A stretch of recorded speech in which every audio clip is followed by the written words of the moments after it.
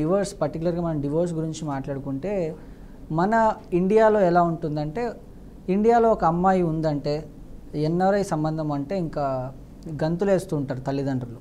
NRI సంబంధం కావాలని లిటరల్గా వెతుక్కొని తీసుకొచ్చుకునే వాళ్ళు కూడా ఉంటారనమాట.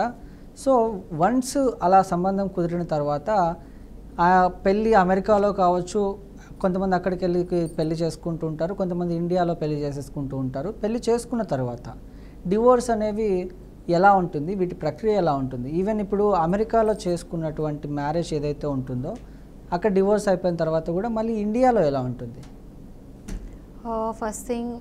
ఫస్ట్ కన్సిడర్ చేయాల్సింది ఏంటంటే, ఎన్ఆర్ఐ మ్యారేజెస్ అంటే ఏంటంటే, ఎవరైతే ఎన్ఆర్ఐస్ ఉంటారో అంటే నాన్ రెసిడెంట్ ఆఫ్ ఇండియా, వాళ్ళు ఇండియన్ ఆరిజిన్ అయి ఉంటారు, బట్ ఫారిన్ కంట్రీలో సెటిల్ అయిన వాళ్ళందరినీ ఎన్ఆర్ఐస్ అంటారు. సో వాళ్ళకి ఏంటంటే, ఒకవేళ ఎన్ఆర్ఐ వచ్చి ఎవరైనా ఇండియన్ అమ్మాయిని పెళ్లి చేసుకుంటే ఫస్ట్ కన్సిడర్ చేయాల్సింది ఏంటంటే ఎక్కడ place of marriage. So place of marriage ఇండియాలో అయిందా ఫారిన్లో అయిందా అనేది మెయిన్ కన్సర్న్. సో ఒకవేళ కనుక ఇండియాలో అయితే, ఇండియాలో ఒకవేళ విడాకులు తీసుకోవాలనుకున్నా, చైల్డ్ కస్టడీ వేయాలనుకున్నా కూడా ఇండియాలో వేయాల్సి ఉంటుంది. ఈవెన్ ఫారిన్ కంట్రీలో కూడా ఒకవేళ వేయొచ్చు, కానీ కొన్ని ఏంటంటే కొన్నిసార్లు కొన్ని కంట్రీస్వి ఏవైతే డిక్రీజ్ ఉంటాయో అవి ఇండియాలో అప్లై అవుతాయి, కొన్ని కావు. బట్ ఏంటంటే దాంట్లో కూడా చాలా లీగల్ పార్ట్, టెక్నికల్ ఇష్యూస్ అనేది ఉంటాయి. సో అదేంటంటే కంప్లీట్గా దాని గురించి ఏమంటారు, ఒక కంప్లీట్ అవగాహన కావాలి, కంప్లీట్గా మీకు మీ నేచర్ ఆఫ్ ద కేస్ తెలవాలి అంటే మాత్రం మీరు ఖచ్చితంగా మీరు ఎంత ఎడ్యుకేట్ చేసినా, నేను ఇప్పుడు టీవీలో ఇంకో గంట 2 గంటలు చెప్పినా కూడా అర్థం కావు, టెక్నికల్ ఇష్యూస్ కాబట్టి. సో ఖచ్చితంగా మీరు ఒక అడ్వకేట్ని కలిసి మీ పర్సనల్ ఏదైతే ఉందో అది చెప్తే దాన్ని బట్టి మీకు సజెషన్స్ అని ఇస్తారు. బట్ బేసిక్గా ఆల్ ఓవర్గా ఎలా ఉంటుంది అనేది మాత్రం ఖచ్చితంగా మీకు నేను ఎక్స్ప్లెయిన్ చేయగలుగుతాను ఇవాళ ఉన్న ఈ ఎపిసోడ్లో. అయితే మనతో మాట్లాడేందుకు కాలర్ అయితే ఉన్నారు, రామిరెడ్డి గారు బెంగళూరు నుంచి. రామిరెడ్డి గారు నమస్కారం అండి. సార్ నమస్కారం సార్. చెప్పండి, సమస్య ఏంటండి? సార్ మా డాక్టర్కి మా సన్నిన్లాకి ఫ్యామిలీ డిస్ప్యూట్ సార్. మా సన్నిన్లా ఈ పాపను నైట్ టైమ్స్ త్రూఅవుట్ నైట్స్ ఏడిపిస్తున్నారు సార్. పాప జాబ్ చేస్తుంది, మా అల్లుడు కూడా జాబ్ చేస్తారు సార్. ఇద్దరు కూడా బెంగళూరు సార్. ఓకే. ఇది 2023లో మ్యారేజ్ అయింది సార్, సెప్టెంబర్ 3వ తారీఖు. ఇప్పుడు ఆ పిల్లోడు ఏడిపిస్తా ఉంటే నేను ఈ పాపకు చెప్పి అట్లా తిరుగుతా వచ్చింది సార్. ఓకే. ఇప్పుడు ఆ పిల్ల మా అల్లుడు వచ్చేసి రాజంపేట కోర్టులో కడప డిస్టిక్, వైఎస్ఆర్ కడప డిస్టిక్ లో కోర్టుకి వేసాడు సార్. 2 ఛార్జెస్ వేశారు సార్. ఒక ఛార్జ్ వచ్చేసి ఈ పాప బెంగళూరులో అతను డిజర్ట్ చేసినట్టుగా ఒకటి, రెండో ఛార్జ్ వచ్చేసి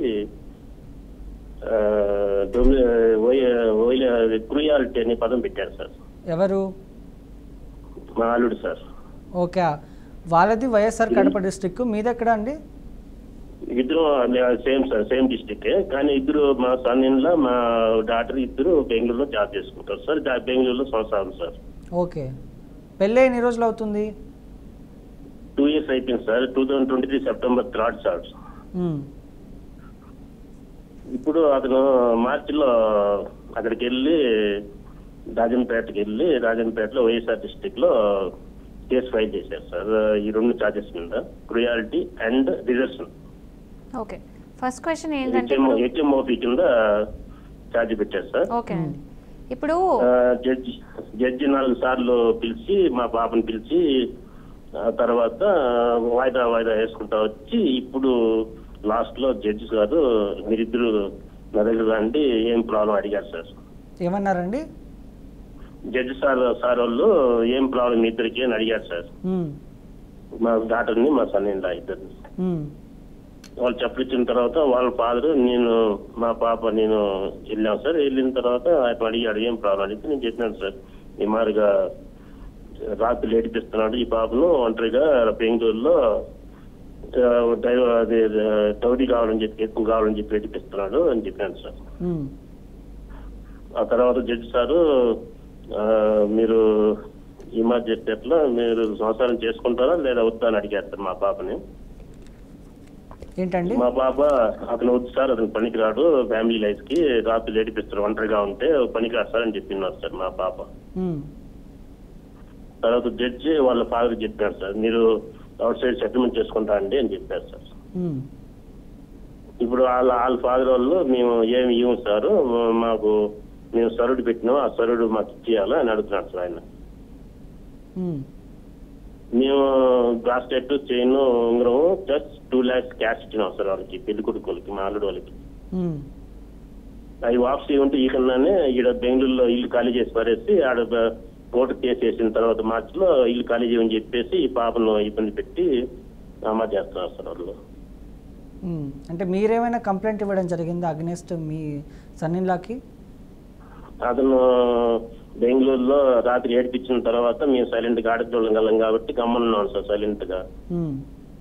మళ్ళా అతను లాయర్ నోటీస్ ఇచ్చాడు సార్ 2024 అక్టోబర్లో. ఈ పాప సొంత నేటివ్ ప్లేస్ బెంగళూరు నుంచి ఖాళీ చేసి సొంత నేటివ్ ప్లేస్ కి వచ్చి సంసారం చేయండి అని చెప్పి లాయర్ నోటీస్ ఇచ్చాడు సార్. ఓకే. ఆ తర్వాత మేము వివేకనగర్ పోలీస్ స్టేషన్ బెంగళూరులో సిటీలో కేసు పెట్టినాం సార్. ఈ మాదిరిగా అతను మమ్మల్ని వదిలేసిపోయినాడు, నన్ను వదిలేసిపోయినాడు అని చెప్పి మా పాప కేసు పెట్టింది సార్. వివేకనగర్ వాళ్ళు పిలిచినారు. అతను పిలిచి, ఏం బాబు ఈ మాట చేస్తే ఎట్లా నువ్వు అంటే, ఆ బాబు అన్నాడు మా సన్నిలో అన్నాడు నాకు వద్దు భార్య అన్నాడు సార్. వివేకనగర్ పోలీసు వాళ్ళు, సిఐ సార్ వాళ్ళు అతను దండాగిచ్చి ఈ మాట చేస్తే ఎట్లా, పెళ్లి 1 సంవత్సరం కూడా కాలేదు, నువ్వు పెళ్లి చేసుకొని ఇప్పుడే వద్దంటావా అని అతను అడిగి కౌన్సిలింగ్ పంపించారు సార్, పోలీస్ కౌన్సిలింగ్. ఓకే.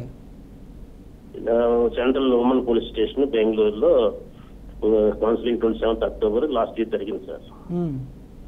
ఆ కేసు షీట్స్, ఆ కేసు లేకుండానే అతను డబ్బులు ఇచ్చుకొని మేనేజ్ చేసుకొని అది ఏం 27th అక్టోబర్ ఈ కాగితాలు ఏం లేకనే ఉమెన్ పోలీస్ స్టేషన్ కేసే బుక్ కాకుండా జనరల్ డైరీలో కూడా లేకుండా చేసి పారేసుకొని అన్ని చేసుకునే చేశాడు అతను. పోలీస్ స్టేషన్తో పని అవ్వలేదు, మరి లాయర్ త్రూ వెళ్ళాల్సింది, ఒక అడ్వకేట్ని సంప్రదించి నోటీస్ పంపించి అలా చేయాల్సింది. ఆ తర్వాత మేము సరే కలిసి ఉంటామని చెప్పి పోలీసు వాళ్ళు చెప్పేళ్ళకే సరే అని చెప్పి కలిసి ఉంటామని చెప్పి వచ్చారు సార్. మళ్ళీ ఇంటికి వచ్చారు సార్ బెంగళూరులోనే, టౌన్లోనే. ఆ తర్వాత ఒక 10 days ఉండి మళ్ళా జాడం పెట్టుకుని November 12th మళ్ళా జాడం పెట్టుకున్నారు సార్. రాత్రి 11:30, 12 o'clock మరి చేసి మళ్ళీ జాడం పెట్టుకునే ఇంకా ఈ పిల్లోడు మీ బాబుని బతికినాడు అని చెప్పి నేను వచ్చాను సార్. నేను వచ్చి ఈ బాబుకి తోడున్నాను సార్ ఇక్కడ బెంగళూరులోని, సిటీలోనే, టౌన్లోనే. ఓకే. ఆ తర్వాత అతను ఏం చేశాడంటే 2 నెలలు ఏం మాట్లాడకుండా సైలెంట్ గా ఉండేసి అక్కడే బెంగళూరులో ఉండేసి, నేను కాయలు ఉన్నాను కాబట్టి మా పాపకి ఏమని లేక గమనం పోయినాడు. ఆ తర్వాత అతను January 7th ఇంటికి వెళ్ళి సంక్రాంతి పండుగ అని చెప్పి January, February, Marchలో వెళ్ళి మార్చిలో కోర్టు నోటీస్ ఇచ్చారు సార్ రాజంపేట నుంచి, వైఎస్ఆర్ డిస్ట్రిక్ట్ నుంచి. తర్వాత మళ్ళీ మేము ఉమెన్ పోలీస్ స్టేషన్ పోయినాం sir, Bengaluru central women police station కి. ఓకే. వాళ్ళు ఏమన్నారంటే మేమేం చేయలేము, అతను డైవర్స్ నోటీస్ ఇచ్చాడు కాబట్టి మీరు కోర్టులో చూసుకోండి, మీకు కావాలంటే మేము రెఫర్ చేస్తాం, అడిగిపోండి అని చెప్పారు సార్ కోర్టుకి. అది అడిగింది సార్. ఓకే. ఇప్పుడు మీరు ఈ బాబు బెంగళూరులో జాబ్ చేస్తా అంటే ఇబ్బంది పడతాం సార్, అన్నానికి, భోజనానికి, రూమ్ రెంట్కి, అన్నిటికీ. అందుకని బ్రాస్లెట్, చైన్, ఉంగరం 2 క్యాష్ ఇచ్చాము కదా, అది మాకు ఇచ్చేసేయండి, మళ్ళీ మిగతా విషయాలు మీరు నిదానంగా కోర్టులో మాట్లాడుకుంటామని చెప్పాము సార్. అది ఇవ్వడం లేదు సార్. ఓకే. అంటే మీరు ఏం కావాలనుకుంటున్నారండి? ఆ పిల్లడు పనికిరాడు సార్, సన్నిలో అతను పనికిరాడు సార్ ఫ్యామిలీ లైఫ్ కి. ఓకే. మీరు విడాకులు కావాలనుకుంటున్నారు? ఒకవేళ మనం వదిలేసినా కూడా ఈ పాపకి వాడు చాలా డేంజర్ గా, life threatening, life danger sir ఈ పాపకి. చూడండి సార్, ఇప్పుడు మీరే అంటున్నారు లైఫ్ థ్రెటనింగ్ ఉంది, ఆ బాబుతోని మీ పాపకి ఎప్పటికైనా ప్రాబ్లమే అని మీరు చెప్తున్నారు కదా. సో నేనేం అడుగుతున్నానంటే, మీరు అతని మీద ఈ 498 కేసు పెట్టలేదా? ఒకవేళ నిజంగా కూడా మీ పాప కనుక నిజంగా కూడా హెరాస్మెంట్ కనుక ఫేస్ చేసి ఉంటే, మీరు అన్నట్టు రాత్రిలో వచ్చి టార్చర్ పెట్టడం, హెరాస్మెంట్ అంటే ఉంటే కనుక ఎందుకు కామ్గా ఉన్నారు? మీరు ఖచ్చితంగా 498 వేయాల్సింది కదా. మీరు ఎక్కడైతే ఇప్పుడు మీరు ఉంటున్నారో, మీ ప్లేస్ ఎక్కడైతే ఉంటున్నారో మీరు అక్కడ నుంచి అవునండి, అక్కడ వెళ్ళి 498 కేసు పెట్టాల్సింది కదా. ఎందుకు అంటే ఇప్పుడు మీరు కనుక కేసు పెట్టకపోతే అతను ఏదైతే తప్పులు చేస్తున్నాడో అందులో నుంచి ఈజీగా బయటపడ్డట్టే. ఈ తర్వాత ఇప్పుడు మీ అమ్మాయికి విడాకులు ఇచ్చి మళ్ళీ వేరే అమ్మాయి గొంతు కూడా కోస్తాడు కదా, వేరే అమ్మాయి లైఫ్ నాశనం అయ్యే ఛాన్సెస్ ఉన్నాయి. సో అదేనండి, మీరు 498 కేసు పెట్టాలి ఫస్ట్ ప్రయర్గా. ఓకే. అండ్ ఇంకోటి ఏంటంటే, ఇప్పుడు ఆయన విడాకులు వేసినప్పుడు ఒకటి గ్రుయాలిటీ, ఒకటి డెజర్షన్ అని అన్నారు. డెజర్షన్ అంటే కనీసం 2 సంవత్సరాలు వదిలేసి ఉండాలి. 2 సంవత్సరాలు మీ పాప వదిలేసి ఉందా? లేదు మేడం, బెంగళూరు సిటీలో టౌన్ లో అతను ఫ్యామిలీ పెట్టాడు, వాళ్ళు అలాగే ఉండిపోయినారు. సిటీలోని టౌన్ లోనే ఉన్నారు. ఈ పాపను రాత్రులు ఏడిపిస్తా ఉంటే ఫస్ట్ ఛాన్స్ 25 జూలై నెలలో లాస్ట్ ఇయర్ లో ఏడిపిస్తా ఉంటే అదేదో పొరపాటు జరిగిందని చెప్పి వదిలేసినాను మేడం. మళ్ళీ November 12th కూడా మళ్ళీ అదే ప్రాబ్లం క్రియేట్ చేశాడు మేడం రాత్రులు. అందుకని మేము కాదున్నాం మేడం. నేను ఒక పని చేయండి సార్, మీకు బెస్ట్ సజెషన్ అయితే ఒకటే ఏంటంటే, ఇప్పుడు మీరు మీ పాప అంటే మీ ఉద్దేశం గురించి నాకు సంబంధం లేదు, కానీ నిజంగా మీ పాపకి విడాకులు తీసుకోవాలి ఉందా లేదా అని ఒకసారి కూర్చోబెట్టుకొని అడగండి. ఒకవేళ తను ఓకే. సో మీ కూతురు కూడా ఒకవేళ డివోర్స్ తీసుకోవాలనుకుంటే మాత్రం ఏదైతే ఇప్పుడు వాళ్ళు లీగల్ నోటీస్ పంపించిండ్రో అది మ్యూచువల్ కన్సెంట్లా కూడా చేసుకోండి. బట్ ఏంటంటే వాళ్ళు మీకైతే కావాలనుకుంటున్నారో అది క్లియర్గా చెప్పండి. అది ఒప్పుకుంటేనే మీరు డివోర్స్ ఇస్తా అని చెప్పండి. ఎందుకంటే మీరు ఇచ్చింది మీరు తిరిగి తీసుకోవాలనుకుంటున్నారు. ఎక్స్ట్రా మెయింటెనెన్స్ కూడా అడగట్లేదు, యాలిమనీ అడగట్లేదు, కానీ మీరు ఇచ్చింది మాత్రమే కావాలంటున్నారు కాబట్టి అది 100% మీకు రైట్స్ని మీరు తీసుకోవచ్చు. అది సో దానికి ఒప్పుకుంటేనే ఆ మ్యూచువల్ కన్సెంట్ ఇవ్వండి, లేకపోతే ఇవ్వకండి, కేసు రన్ అవ్వనివ్వండి. ఎందుకంటే ఇప్పుడు క్రియాలిటీ అవన్నీ కూడా ఇప్పుడు అతను ఉట్టిగా ఏదో మీ మీద అబండాలు వేసి కేసు వేసినంత మాత్రాన అది నిజం కాదు. ఓకే, ఆ కేసు ఆయన గెలవడు, కానీ మీ పాప మీద వేసిన బ్లేమ్ అంతా, అలిగేషన్స్ అంతా ఫాల్స్ అని తెలుస్తుంది. సో అప్పుడైనా కోర్టు నుంచి అయినా అతను మీ దగ్గర తీసుకున్న అమౌంట్ అంతా అప్పుడైనా ఇవ్వాల్సిందే. సో ఇది మీ ఇష్టం అండి. ఇప్పుడు కొంతమంది ఏం ఆలోచిస్తారంటే, ఈ తలకాయ నొప్పి అంత ఎందుకు, డబ్బులు పోతే పోనీ అని మాకు ఆ దరిద్రం వదిలేస్తే చాలు అని ఆలోచించే వాళ్ళు కొంతమంది ఉన్నారు. కొంతమంది ఏంటంటే మాకు ఖచ్చితంగా కావాలని అనుకుంటే మాత్రం ఒకటి ఏంటంటే క్లియర్గా మీరు ఏదైతే కండిషన్స్ ఉన్నాయో సెటిల్మెంట్కి కూర్చున్నప్పుడు మాట్లాడుకోండి. నాకు ఈ డబ్బులు ఇస్తేనే నేను విడాకులు ఇస్తాను, లేకపోతే లేదని చెప్పేసి గట్టిగా చెప్పండి. ఇస్తే ఓకే, మ్యూచువల్ కన్సెంట్ ఇచ్చేయండి. లేదు అంటే మాత్రం ఆ కేసు నడవనియండి అట్లనే. బట్ నా సజెషన్ అయితే ఒకసారి ఇప్పుడు ఆ అబ్బాయి కనుక నిజంగా మీ కూతురు కనుక హరాస్ చేసి ఉంటే మాత్రం 498 వేయండి, 85 వేయండి, 85 BNS వేయండి. శ్రీలత గారు మెదక్ నుంచి. శ్రీలత గారు నమస్కారం అండి.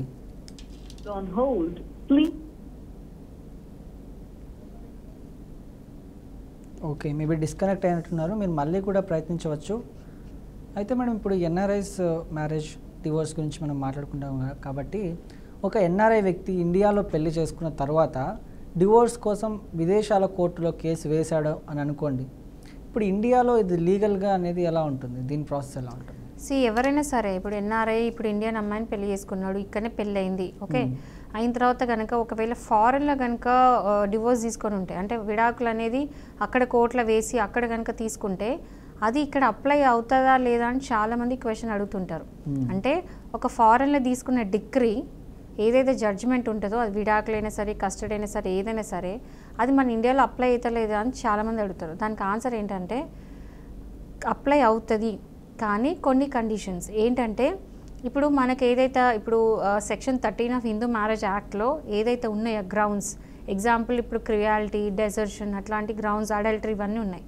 ఈవెన్ ఇండియన్ మ్యారేజ్ యాక్ట్ అంటే క్రిస్టియన్స్కి అప్లై చేసేవి ఏవైతే ఉన్నాయో అందులో అన్నిట్లో కూడా క్రియాలిటీ ఇవన్నీ సేమ్ ఉంటాయి. ఆ గ్రౌండ్స్ మీద మాత్రం విడాకులు తీసుకోవడానికి ఉండదు. అదర్ దెన్ ఆ గ్రౌండ్స్ తప్ప వేరే విడాకులు తీసుకోవడానికి ఉండదు.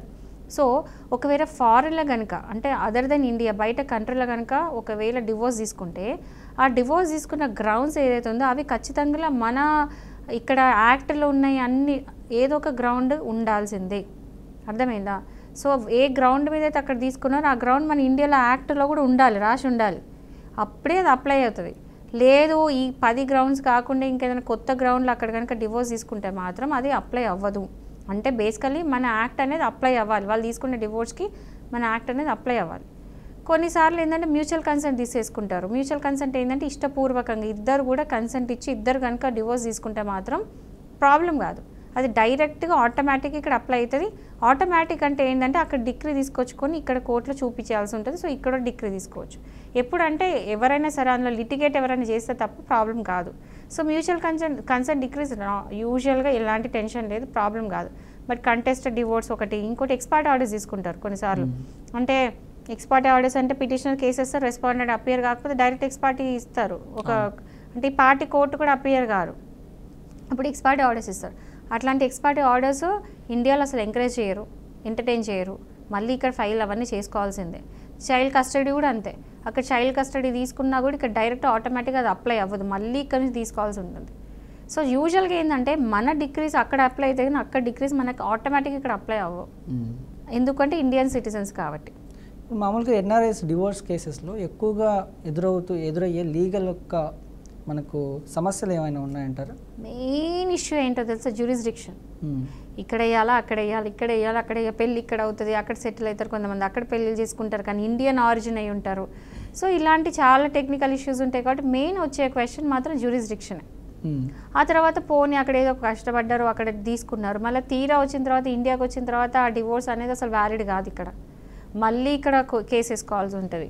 ఇప్పుడు కస్టడీ కేసు అనుకోండి, అక్కడ కస్టడీ తీసుకున్నా డిగ్రీ వచ్చినా కూడా ఇక్కడ మళ్ళీ ఆ కస్టడీ అనేది అప్లై అవ్వదు. మళ్ళీ తిరిగి యూఎస్కో లేకపోతే వేరే కంట్రీకి వెళ్ళాలంటే మళ్ళీ ఎంబసీ నుంచి క్లియరెన్స్ రావాలి. ఆ ఎంబసీ నుంచి క్లియరెన్స్ రావాలంటే ఖచ్చితంగా ఇక్కడ కోర్టులో మళ్ళీ ఒక డిగ్రీ ఉండాలి, ఆ కస్టడీ డిగ్రీ అని ఉండాలి. అప్పుడు కస్టడీ డిగ్రీ క్లియరెన్స్ ఉంటేనే మళ్ళీ ఎంబసీ వాళ్ళు పంపిస్తారు. పిల్లలకి వీసా రావడం కష్టమవుతుంది. సో ఇట్లాంటి చాలా టెక్నికల్ ఇష్యూస్ ఉంటాయి, అది ప్రాబ్లం అవుతుంది. చాలామందికి ఏంటంటే ఎక్కడ కేసు వేయాలనేది మేజర్ ప్రాబ్లం. అన్ని ప్రాబ్లమ్స్ 1 2 3 4 అని కౌంట్ చేసుకుంటూ వెళ్తే ఫస్ట్ వచ్చే ప్రాబ్లం మాత్రం జ్యూరిస్డిక్షన్, ఎక్కడ ఏ కోర్టులో కేసు వేస్తే ఇది పని చేస్తుంది అనేది డౌట్స్ ఉంటాయి. సో ఎవరికైనా ఈ ప్రాబ్లం వస్తే మాత్రం మీ కేసు మీ ఇండివిజువల్ కేసు బట్టి ఇండివిజువల్ సజెషన్స్ ఇవ్వగలుగుతాం. సో బెస్ట్ మీరు ఒక అడ్వకేట్ని కలిసి మీ కేసు చెప్తే మీ పర్సనల్ కేసు విన్నాక దాని తగ్గట్టు సజెషన్స్ అనేది ఇస్తారు. అంటే భర్త లేదా భార్యల్లో ఎవరో ఒకరు విదేశాల్లో ఉన్నారనుకోండి, ఇప్పుడు ఇఫ్ ఇన్ కేస్ భర్త విదేశాల్లో ఉన్నాడు లేకపోతే భార్య విదేశాల్లో ఉంది, ఇద్దరు విడాకులు తీసుకోవాలనుకుంటున్నారు. సో ఇలాంటప్పుడు ప్రాసెస్ అనేది ఎలా ఉంటుంది?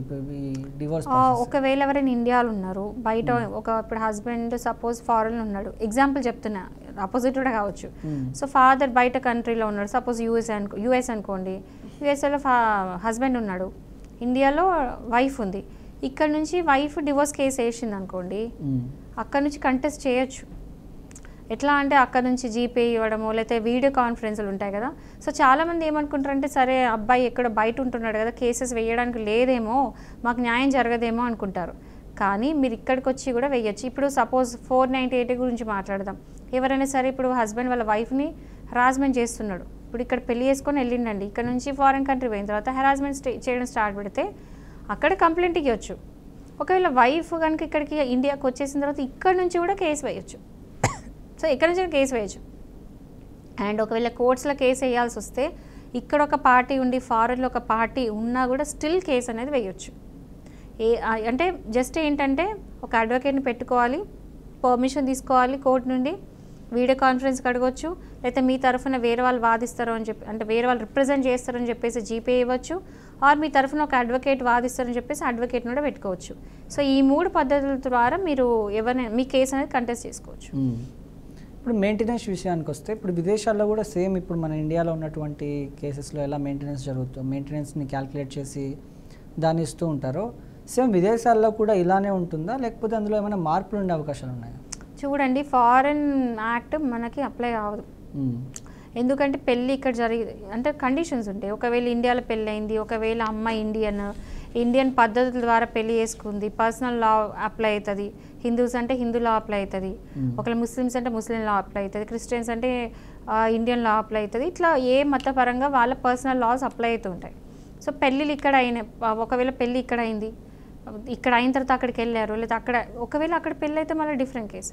సో ఇక్కడ పెళ్ళి అయింది, ఇక్కడ ఇండియన్ ఆరిజిన్ ఉంటే మాత్రం ఇక్కడ లానే అప్లై అవుతుంది. ఓకే.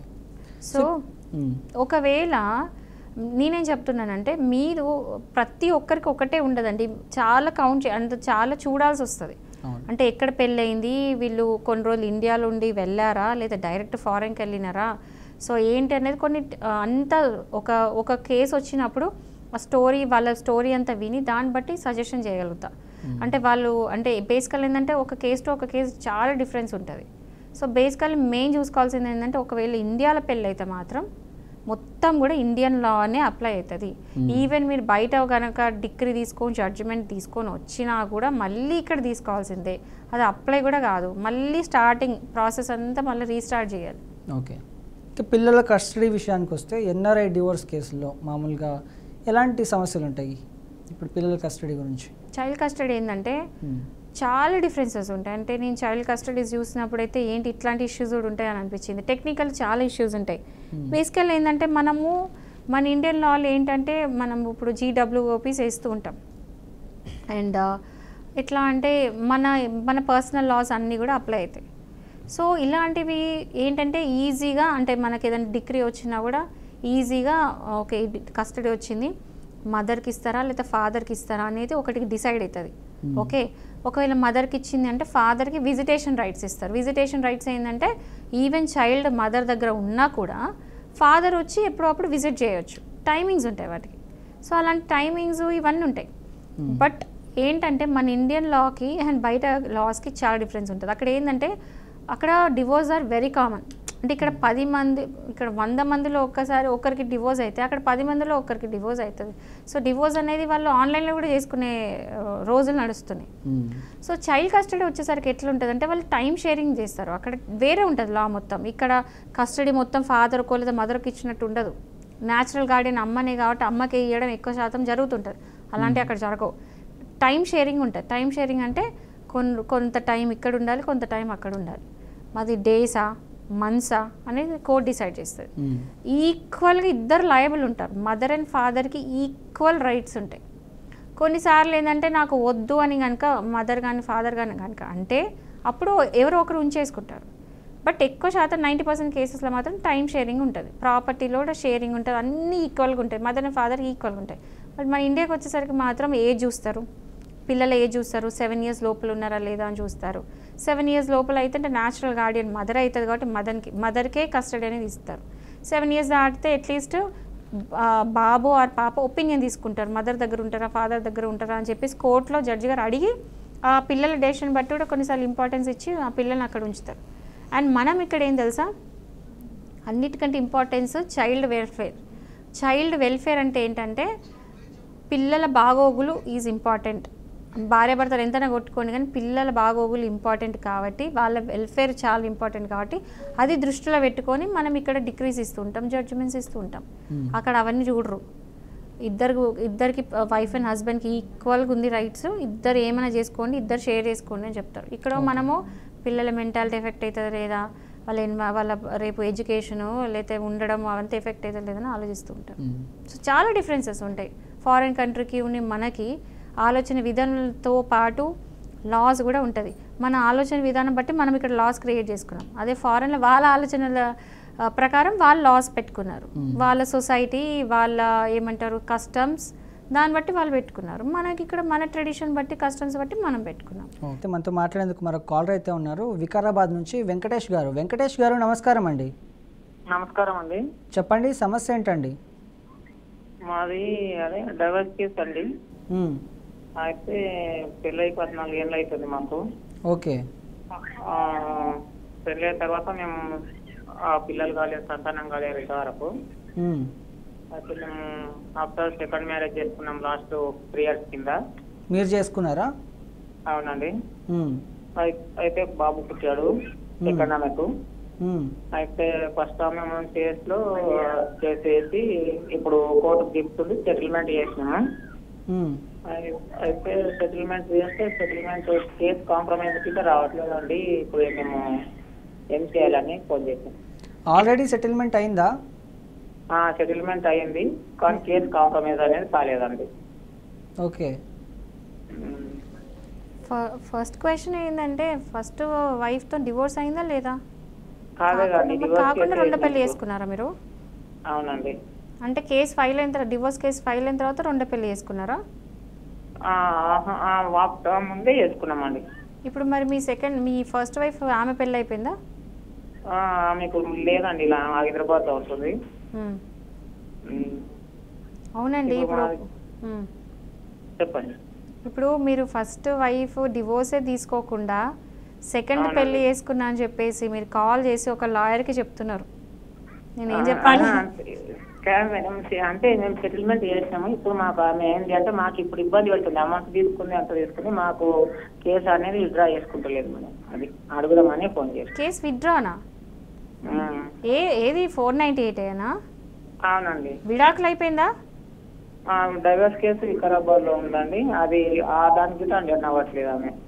ఫస్ట్ పాయింట్ ఏంటంటే మీకు ఒకటి, మీకే కాదు అందరికీ ఒకటి క్లారిటీ ఏమి ఇస్తున్నానంటే, ఫస్ట్ పెళ్ళిలో కనుక మీకు విడాకులు కాకుండా రెండో పెళ్ళి కనుక చేసుకుంటే ఇట్లాంటి ఇబ్బందులే ఉంటాయి. అండ్ సెకండ్ పెళ్ళి ఎప్పుడు కూడా వ్యాలిడ్ పెళ్ళి కాదు, ఆ పెళ్ళికి అసలు రికగ్నిషన్ కూడా ఉండదు చట్టపరంగా. ఓకే, మీ వైఫ్ ఇప్పుడు సెకండ్ వైఫ్ ఎవరైతే చేసుకున్నామో లీగలీ వైఫ్ కూడా కాదు. ఒకవేళ ఏమైనా ఇష్యూస్ అయినా కూడా ఆమె కనీసం ఆ పెళ్ళికి మీకు చట్టపరంగా ఎలాంటి వాల్యూ లేదు, ఏమీ లేదు. సో ఎవ్వరు కూడా ఫస్ట్ మ్యారేజ్ క్లోజ్ కాకుండా, కంప్లీట్గా విడాకులు కాకుండా రెండో పెళ్ళి ఫస్ట్ చేసుకోకూడదు. సరే, ఇప్పుడు మీరే కాల్ చేసి రెండో పెళ్ళి అంటున్నారు. రెండో పెళ్ళి అయిపోయినాక ఇప్పుడు ఫస్ట్ వైఫ్ ఇబ్బంది పెడుతుందంటే ఇబ్బందులు పడతారు ఖచ్చితంగా, ఎందుకంటే మీరు తప్పు చేశారు అక్కడ. ఇప్పుడు ఎవరైనా సరే లాకి అగెయిన్స్ట్గా పోతే ఇబ్బందులు ఉంటాయి. ఓకే, సో ఇప్పుడు ఆల్రెడీ మీరు ఒక తప్పు చేసినారు కాబట్టి ఇప్పటికైనా క్లోజ్ చేసుకోండి.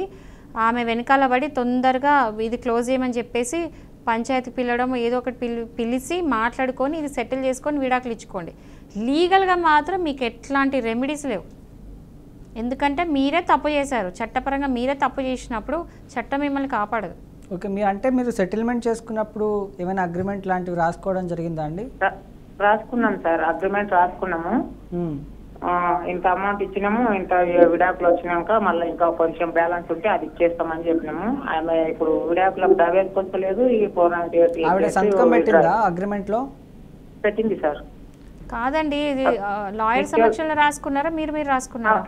లేదు మేడం, లాయర్ ద్వారా రాసుకోవడం, మ్యూచువల్ కన్సల్ట్ మీద అయితే సార్ సిగ్నేచర్ చేసి. ఎంఓయూ ఉందా? ఎంఓయూ కదా రాసుకుంది? అవును మేడం, మ్యూచువల్.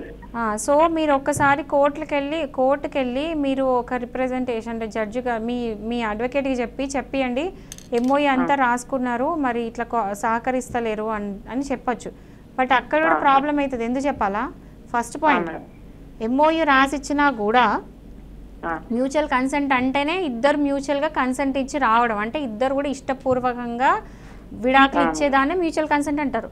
అందులో కనుక ఒకవేళ పార్టీ ఇద్దరిట్లో వైఫ్ కానీ హస్బెండ్ ఇంట్లో ఆర్ హస్బెండ్ ఎవరైనా సరే ఇద్దరు పార్టీస్లో ఒక్కరు వెనక్కి తగ్గినా కూడా మ్యూచువల్ కన్సెంట్ ముందు పోదు.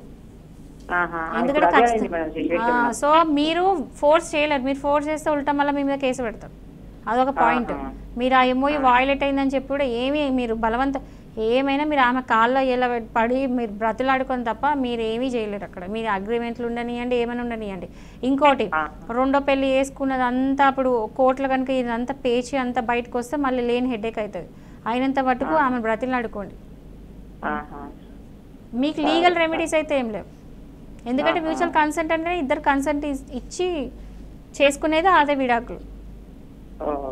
అందుకే కాల్ చేస్తాం మేడం, ఇబ్బందులు పడతాను ఇప్పుడు ఎదుర్కొంటున్నా కాబట్టి. సరేనండి. ఓకే, సో ఇప్పుడు ఎన్ఆర్ఐ డివోర్స్ కేసెస్లో భార్యకు ఉన్నటువంటి హక్కులు రక్షించుకోవడానికి ఎలాంటి జాగ్రత్తలు తీసుకోవాల్సి ఉంటుంది? ఫస్ట్ పాయింట్ ఏంటంటే, ఎవరైనా ఇప్పుడు ఎన్ఆర్ఐ సంబంధం అనగానే ఫస్ట్ ఎగురుకుంటూ దూక్కుంటూ పెళ్లి చేసుకుంటూ ఉంటారు. సంబంధం రాగానే సరే, అంటే ఈ మధ్యలో ఏమంటారు, ఫారెన్ సంబంధం అంటే అంత ఏదో లాగా చూస్తూ ఉంటారు, గ్రేట్ లాగా ఫీల్ అవుతుంటారు. ఈవెన్ పేరెంట్స్ కూడా ఒక సంబంధం వచ్చినప్పుడు ఫారెన్ సంబంధంకి ఎక్కువ ప్రయారిటీ ఇస్తుంటారు. అరే మంచి ఫారెన్ సంబంధం, కట్నం కూడా అడగట్లేదు, ఇలాంటి ఎన్నో వింటూ ఉంటాం డైలీ బేసిస్లో. బట్ ఏంటంటే ఇప్పుడు ఎన్ఆర్ఐ సంబంధమా ఏదో పక్క పెడితే ఈవెన్ ఇండియాలో అయినా సరే ఒకవేళ కనుక ఏదైనా మ్యాచ్ ఫిక్స్ అయితే మాత్రం ఫస్ట్ ఎంక్వైరీ చేయించుకోండి. అది అమ్మాయే కానీ అబ్బాయి కానీ, నేను ఎవ్వరికి కూడా బయాస్డ్గా మాట్లాడతలేదు. అమ్మాయినా ఎంక్వైరీ చేయించుకోండి, అబ్బాయి అయినా ఎంక్వైరీ చేయించుకోండి, అది బేసిక్. తర్వాత పెళ్ళి సెటిల్ అయ్యకంటే ముందు ఒకవేళ ఎన్ఆర్ఐ సంబంధం అయితే మాత్రం, అంటే అమ్మాయి పెళ్ళి వేసుకొని ఫారెన్ ఉండాల్సిన సిచ్యువేషన్ ఉంటే మాత్రం ఒక ప్రీనప్టియల్ అగ్రిమెంట్ చేసుకోవచ్చు. ప్రీనప్టియల్ అగ్రిమెంట్ ఏంటంటే పెళ్ళి ముందే కొన్ని రాసుకోవడం, అగ్రిమెంట్లో మీకు ఏమేమితే కండిషన్స్ ఉన్నాయో అలాంటివన్నీ రాసుకోవడం, క్లియర్గా రాసుకోండి. సో అది అంటే ప్రతిసారి అది కోర్టులో ఏమి ఎన్ఫోర్సబుల్ కాదంటే, ఇప్పుడు ఏదైతే ప్రీనప్టియల్ అగ్రిమెంట్ ఉందో దాంట్లో కోర్టులో రికగ్నిషన్ లేదు, అంటే రికగ్నైజ్ కాలే. బట్ స్టిల్ ఒకవేళ ఏమైనా ఫైనాన్షియల్ ఆస్పెక్ట్స్ ఉన్నా, కొన్ని బయటకు రివీల్ చేసిన అవి కొంచెం ఎవిడెన్స్ లాగా పనికొస్తాయి ఫ్యూచర్ కేసు ఉంటే. అయితే మరొక కాలర్ అయితే ఉన్నారు భద్రాచలం నుంచి, వెంకటేష్ గారు. వెంకటేష్ గారు నమస్కారం అండి. హలో, నమస్తే అండి. చెప్పండి, సమస్య ఏంటండి? సమస్య మా మిస్సెస్ ఫోన్ కేసు తప్పు కేసు పెట్టిందండి. ఓకే, చెప్పండి, కొంచెం గట్టిగా మాట్లాడండి. హలో, చెప్పండి. తప్పు కేసు పెట్టింది సార్. మాకు 2000 మ్యారేజ్ అయిందండి. ఆ తర్వాత మ్యారేజ్ ఎప్పుడైందండి? 10 సంవత్సరాలు నాకు బాగానే ఉందండి. మ్యారేజ్ ఏ ఇయర్లో అయింది? హలో, మ్యారేజ్ ఏ సంవత్సరంలో అయిందండి? 2000 సంవత్సరంలో అయిందండి. 2000 సంవత్సరంలో అయింది. ఓకే. 2000 సంవత్సరంలో అయిందండి. టీవీ చూస్తూ మాట్లాడు. చెప్పండి. టీవీ చూడట్లేదు, నోట్లోనే ఉంది మేడం. అయితే మంచిగా తర్వాత కొన్ని ఏళ్ళు 2011 వరకు 2012 వరకు మంచిగానే ఉందండి. ఆ తర్వాత ఏంటంటే మనకి హెల్త్ పరంగా కొంచెం వీక్ అయిపోయినాము. చాలా అంటే కొంచెం హెల్త్ పరంగా కానీ అంటే మాకు పక్షవాతం లాగా వచ్చిందండి. కాలు చెయ్యి పడిపోయింది. ఆ తర్వాత 1 సంవత్సరం 2 సంవత్సరాలు బాగానే ఉంది. తర్వాత వాళ్ళ పుట్టింటికి పోయి నాకు మీద 498 కేసు పెట్టిందండి. అది 3-4 సంవత్సరాలు రమ్మన్నారు, పెద్ద మనుషులు రమ్మన్నారు, రాలేదు. పెద్ద మనుషులు పంచాయతీ పెట్టాము, చేశాము, రాలేదు, చేయలేదు. నోటీస్ పంపించాము, అయినా కూడా రాలేదు. నేను లాయర్ నోటీస్ పంపిస్తే 2016లో నా మీద 498 కేసు పెట్టిందండి. హెరాస్ చేస్తున్నారు, ఇది చేస్తున్నారని నా మీద లాయర్ నోటీస్ పంపగానే నాకు మీద హెరాస్మెంట్ 498 తప్పుడు కేసు పెట్టిందండి. మా నాన్నగారికి మీద మా అమ్మ మీద అంటే మా నాన్నగారు మీద అప్పుడు పెట్టారు, తర్వాత చనిపోయారు. ఇప్పుడు మా మమ్మీ మీద మా అక్క చెల్లెల మీద పెట్టారండి. అయితే 2017 నుంచి ఆ కేసు నడుస్తూనే ఉందండి. నేనేం చేశానంటే నాకు లేక నేను న్యాయ సేవా సదన్ ద్వారా వెళ్ళాను. అయితే లాయర్ గారిని అపాయింట్మెంట్ చేశా. లాయర్ గారు కూడా వాళ్ళ కుమ్మక్కి నాకు ఏం చేయట్లేదు. తర్వాత నేను ఒక వికలాంగుణ్ణి. తర్వాత నా దగ్గర ఏం చేశాడంటే ఎవరు తెలవకుండా నా దగ్గర 20,000 దాకా లాయర్ గారు తీసుకుని ఎటువంటి నాకు సాయం కూడా చేయట్లేదండి. తర్వాత ఇప్పుడు ఏమంటున్నాడు, ఎంక్వైరీ చేపిస్తా, చాలా పైసలు ఖర్చు అయితే మీరు పెట్టుకోగలుగుతారని నన్ను ఒక వికలాంగుని చూడకుండా కూడా నన్ను చాలా టార్గెట్ చేస్తున్నారండి. వాళ్ళతో కలిసి ఇప్పుడు నా పరిస్థితి ఏంటి, ఎటు చేసుకోలేకుండా ఉన్నాను. అమ్మగారు 70 సంవత్సరాలు, నేను కదలేక ఇంట్లోనే ఉంటున్నాను. వాళ్ళకి మా మిసెస్ లక్షలు డిమాండ్ చేస్తుంది. నేనేం చేయాలి? నాకు వండి పెట్టేటోడు కూడా లేడండి. మంచానికి అయిపోయినాను. మీ భార్య డబ్బులు డిమాండ్ చేస్తుందండి? ఏంటండి? మీ భార్య డబ్బులు డిమాండ్ చేస్తుందా అంటున్నా? డబ్బులు డిమాండ్ చేస్తుంది. మీరు లోగం ఉందండి, డబ్బులు డిమాండ్ చేస్తుందండి. ఇప్పటి వరకు 2016 నుంచి నడుస్తూనే ఉంది ఆ కేసు. ఇప్పటి వరకు ఎటువంటి కేసు లేదు. కనీసం బెంచ్ మీదకు రాలేదు. వాయిదాలు వేస్తున్నారు, పొమ్మంటున్నారు. అంతేకాకుండా నాకు పోలీసుల నుంచి కూడా హెరాస్మెంట్ వస్తుందండి. వాళ్ళు పలుకుబడి ఉపయోగించి నా మీద పోలీసులు కూడా ఒక యాంటీ చూడకుండా హెరాస్మెంట్ చేస్తున్నారండి. నా దగ్గర పైసలు తీసుకున్నాడు లాయరు. అసలు అయితే యాక్చువల్గా న్యాయ సేవ ప్రదర్శన పోయినారు, రూపాయి అవసరం లేదన్నారు. వాళ్ళకి తెలవకుండా నా దగ్గర ఎవరో చెప్పారు, మాకు పైసలు ఇట్లా న్యాయ సేవ చేస్తే వాళ్ళకి పైసలు ఇస్తే వాదిస్తారని 15,000 తీసుకున్నాడు ఆ లాయర్. ఇంతవరకు నాకు ఏం చేయట్లేదు. మన గట్టిగా అడిగితే ఎంక్వైరీ కరెక్ట్ చేస్తాం, ఎక్కడ చెప్పుకుంటో చెప్పుకోపో, ఏం చేసుకుంటో చెప్పుకోపో, ఎవరు తప్పుడు చేస్తున్నాం లాయర్ గారు నన్ను బెదిరిస్తున్నారండి.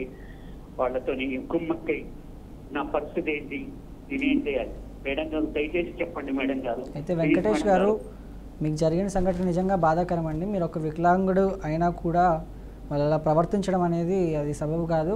అయితే మాలతి గారు, ఇప్పుడు ఈ విషయంలో చేయొచ్చు. ఇప్పుడు ఒక లాయర్, ఒక అడ్వకేట్ సో ఇలా చేస్తున్నాడు, ఇలా ఫస్ట్ పాయింట్ ఒకటి చెప్పేది ఏంటంటే, ఫ్రీ లీగల్ ఎయిడ్తో కనుక మీరు కేసు వెళ్తే ఫ్రీ లీగల్ ఎయిడ్ మొత్తం ఫ్రీ. 5,000 10,000 కాదు, రూపాయి కూడా ఇవ్వాల్సిన పని లేదు. సో కోర్ట్ ఫీజు ఒక్కటి ఇవ్వాల్సి ఉంటుంది అంతే. సో ఫ్రీ లీగల్ ఎయిడ్తో వెళ్తే కనుక 50% ఫీజు కట్టొద్దు. సో ఫస్ట్ మీరు అడ్వకేట్ని కలిసి ఇప్పుడు ఫ్రీ లీగల్ ఎయిడ్లో ఉన్నా కూడా మీరు ఎందుకు అంత డబ్బులు తీసుకున్నారని చెప్పేసి ఫస్ట్ మీ మనీ మీరు బ్యాక్ తీసుకోండి, డిమాండ్ చేసి తీసుకోండి, ఓకేనా? సెకండ్ పాయింట్ ఏంటంటే, ఇప్పుడు కేసు నడుస్తుంది అన్నప్పుడు ఇప్పుడు మీరు హ్యాండిక్యాప్డ్ అని చెప్పి లేకపోతే ఏదో ఒక రీజన్కి ఒక కేసు నడుస్తున్నప్పుడు పాపం అని చెప్పి అనడానికి ఉండదు. సరే వికలాంగుడు కదా అని చెప్పేసి స్పెషల్గా మీకు స్పెషల్ ఫెసిలిటీస్ కోర్టులు ఇవ్వచ్చు. కానీ జస్ట్ వికలాంగుడు కాబట్టి మీకు తొందరగా నేను కేసు డిస్పోజ్ చేస్తా ఇదా అని చెప్పేసి జరగదు. మీరు ఒక్కటి చేయొచ్చు అండి, ఒక్క సజెషన్ అయితే ఇవ్వగలుగుతా. మీరు నెక్స్ట్ టైం కనుక మీ కోర్టులో కేసు నడుస్తున్నప్పుడు మీరు ఎలా అయితే నాకు చెప్తున్నారో ఒక్కసారి వెళ్ళి జడ్జి గారిని, ఇప్పుడు మీ కేసు అయితే ఏ కోర్టులో అయితే నడుస్తుందో ఒక్కసారి ఆ జడ్జి గారిని కలవడానికి అంటే కలిసి మాట్లాడడానికి పర్మిషన్ తీసుకోండి. కలిసినప్పుడు మీ ఎవరైతే జడ్జి మీ కేసు డీల్ చేస్తున్నారో ఆ జడ్జి గారి దగ్గరికి వెళ్ళి మీరు మొత్తం నాకు ఏదైతే చెప్పారో మొత్తం చెప్పండి. మీ ప్రాబ్లం ఇది ఉంది, ఇది నడుస్తుందని చెప్తే ఖచ్చితంగా కన్సిడర్ చేస్తారు మీరు చెప్పింది. అండ్ ఆల్సో అప్పుడు కూడా ఇది కూడా చెప్పండి, ఫ్రీ లీగల్ ఎయిడ్లో డబ్బులు తీసుకున్నారు అది చెప్పండి.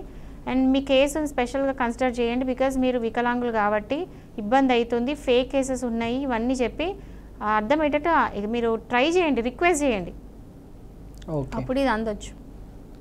ఓకే, ఇందాక శ్రీలత గారు డిస్కనెక్ట్ అయినట్టున్నారు, మళ్ళీ కనెక్ట్ అయ్యారు. శ్రీలత గారు నమస్కారం అండి. సార్ చెప్పండి. ఒక నిమిషం ఆగలండి, సైలెంట్.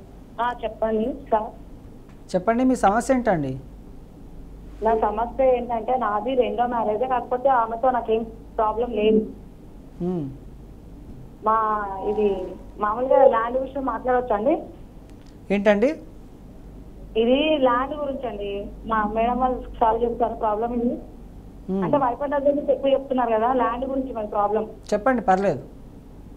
అయితే ఏం లేదండి, నేను రెండో మ్యారేజ్ చేసుకున్నా, ఆమె ఎగ్జాంపుల్ అయిపోయిన ఒక పాప ఉంది, ఆమెతో నాకేం ప్రాబ్లం లేదు.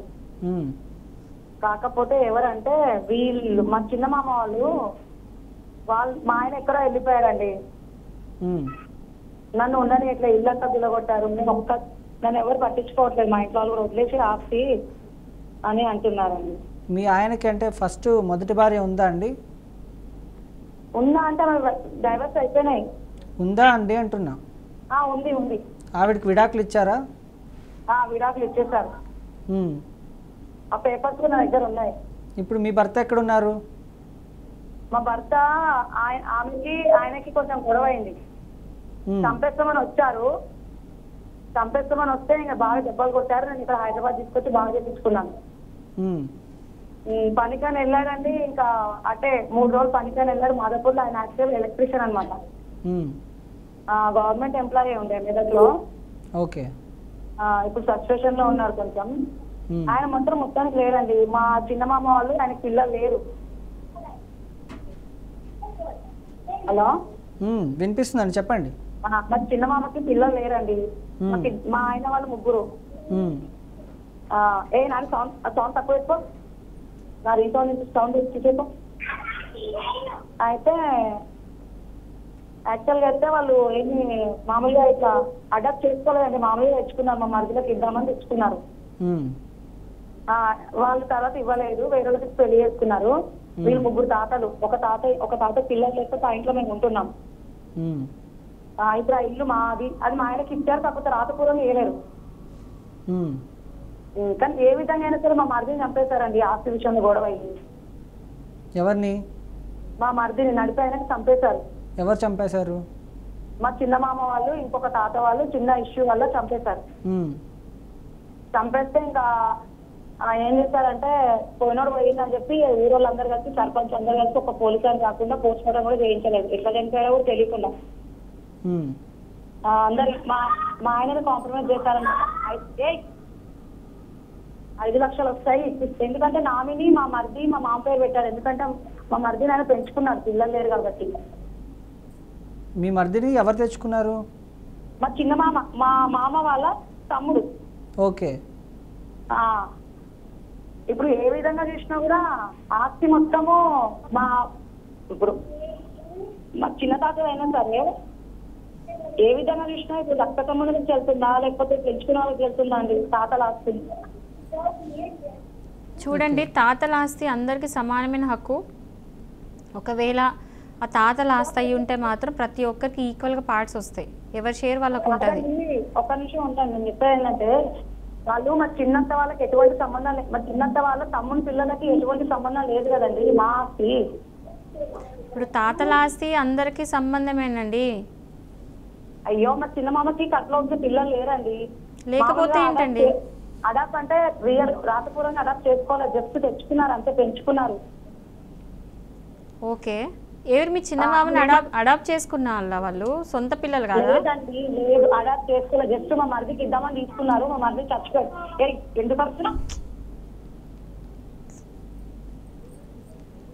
అయితే వాళ్ళు నేనేమంటానంటే ఇప్పుడు మా ఆయన వాళ్ళు కదా ఇంట్లో పుట్టినోళ్ళు, మా మరిది, మా ఆయన, ఇంకో మరిది, చనిపోయిన మరిది, మొత్తం కదా రక్త సంబంధులు. వాళ్ళు మా చిన్నంత వాళ్ళ తమ్ముడు వాళ్ళకి పిల్లలకి ఏం సంబంధం ఉంటుంది అని అడుగుతున్నాను, ఉంటుందా అలాగా అని అడుగుతున్నాను. అవునండి, ఇప్పుడు ఒకవేళ అది సొంతంగా సంపాదించుకున్న ఆస్తి కాదు, తాతల ఆస్తి అని మీరే చెప్తున్నారు. తాతల ఆస్తి అంటే అందరికీ హక్కే, ఓకేనా? అందరికి వాళ్ళకి హక్కు తాత ఉంటుంది. కాదండి, వాళ్ళకి తాత కాదండి, వీళ్ళకి తాత అవుతారు. మా ఆయన వాళ్ళకు ఎటువంటి రక్త సంబంధం లేదండి, తాత కాదు వాళ్ళకి. ఎందుకు కాదు? మీరే అంటారు. ఇప్పుడు మీ మామ వాళ్ళ సొంత తమ్ముడు కాదు ఆయన? ఆయనకి పిల్లలు లేరండి. మా మా మా మామ ఉన్నారా, మా చిన్న మామ వాళ్ళ పెళ్ళం వాళ్ళ తమ్ముడి పిల్లలకి ఏమన్నా సంబంధం ఉందా అని అడుగుతున్నాను. చూడండి, సంబంధం లేదు, ఓకే. సో వాళ్ళకి ఆస్తి పోదు. ఇప్పుడు మీకే ఆస్తి వస్తుంది, అది ఓకే, మీకే ఆస్తి వస్తుంది. అయితే దాన్ని మీరు క్వశ్చన్ చేయాలి అంటే ఎవరికి ఎంత ఆస్తి, ఎవరికి ఎంత పాలు పోవాలి అని కనుక డిసైడ్ చేయాలి అంటే మీరు కాదు డిసైడ్ చేసేది. కోర్టులో పార్టీషన్ సూట్ అయ్యాల్సి ఉంటుంది.